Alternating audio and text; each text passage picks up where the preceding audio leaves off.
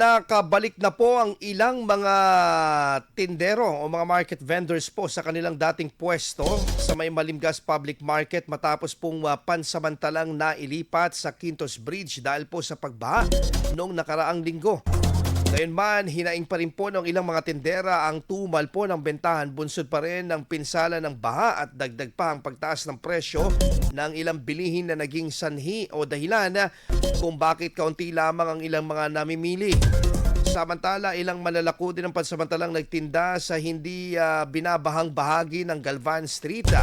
Ang inaasang makakabalik na rin malapit sa pamilyan ngayong araw.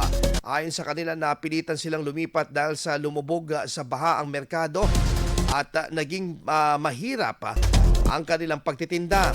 Ngayon namang bahagi po o ngayon naman po na bahagya naman pong humupa ang tubig, umasa sila na muling sisigla ang kanilang kabuhayan matapos ang ilang araw ng mababang kita.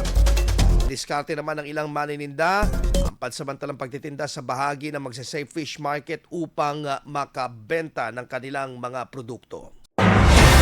IFM News. IFM News. IFM.